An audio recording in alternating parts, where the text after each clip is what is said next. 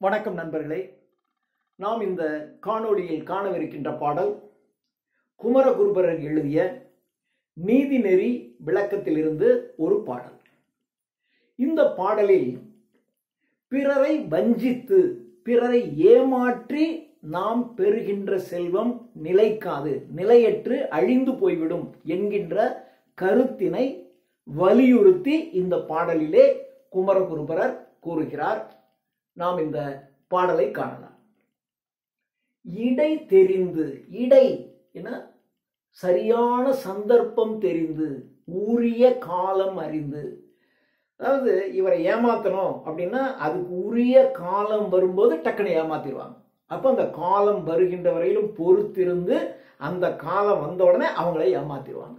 So இடை தெரிந்து, உரிய காலம் எது என்று அறிந்து தெரிந்து வைத்து உங்களை ஏமாற்றி விடுவார்கள். உங்களை ஏமாற்றி உங்களிடம் இருக்கக்கூடிய செல்வத்தை அபகரித்துக் கொள்வார்கள். ஸோ இடை தெரிந்து உரிய காலம் அறிந்து உங்களின் செல்வத்தை ஏமாற்றி விடுவார்கள்.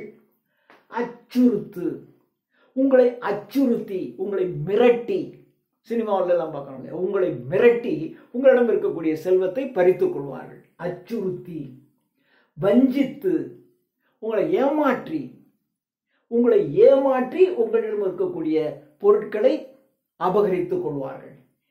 எளியார் உடைமை கொண்டு, எளியவர்களின் உடைமை என்றால் சொத்துக்கள், சாதாரண மனிதர்களுடைய சொத்துக்களை எல்லாம் கொண்டு அபகரித்து கொண்டு சரியான சமயம் தெரிந்து உங்களை ஏமாற்றி அல்லது உங்களை அச்சுறுத்தி அல்லது உங்களை வஞ்சித்து ஏமாற்றி எளியவர்களின் செல்வத்தை கொண்டு ஏமாப்பார். ஏமாப்பார் என்றால் அந்த செல்வத்தை எல்லாம் அப்படி செல்வத்தை சேர்த்து நான் பெரிய செல்வத்தில் நான் வல்லவனாக இருக்கிறேன் என்று செருக்கு கொள்பவர்கள். ஏமாப்பு என்னால் செருக்கு, ஏமாப்பார் என்னால் செருக்கு கொள்பவர்கள். இவங்க சேர்த்து வைத்திருக்கக்கூடிய செல்வம் எல்லாம் அறவழியில் சேர்த்த செல்வம் அல்ல. அவைகளெல்லாம் இப்படி இடம் தெரிந்து அச்சுறுத்தி வஞ்சித்து எளியாருடைய உடைமைகளை கொண்டது. ஸோ ஏமாப்பார் செல்வம், அவர்கள் அப்படி செருக்கு கொண்டிருக்கக்கூடிய அவர்களினுடைய செல்வமானது எப்படி இருக்கும் அப்படின்னா மட நல்லார்.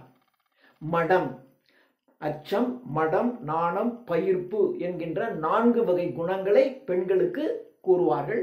அப்படிப்பட்ட அந்த மடம் என்கின்ற பண்பினை கொண்டிருக்கக்கூடிய நல்ல பெண்ணே மடநல்லார்.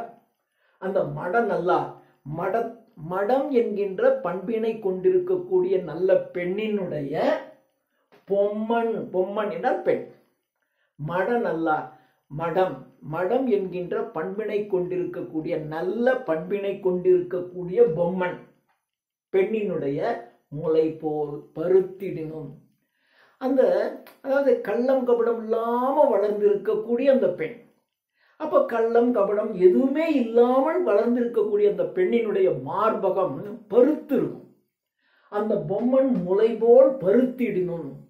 இப்படி இந்த ஏமாத்தி சேர்த்த செல்வம் இருக்கு பாருங்க, இடை தெரிந்து அச்சுறுத்தி வஞ்சித்து எளியாருடைய செல்வங்களை எல்லாம் சேர்த்திருக்கக்கூடிய செல்வமானது மடம் என்கின்ற பண்பினை கொண்டிருக்கக்கூடிய நற்பண்புகளை கொண்டிருக்கக்கூடிய கள்ளம் கபடமற்ற அந்த பெண்ணின் பருத்த முளை போல் அது இருக்கும். ஆனா அந்த அளவுக்கு அப்படி பெருசா இருக்கும் அந்த செல்வம்.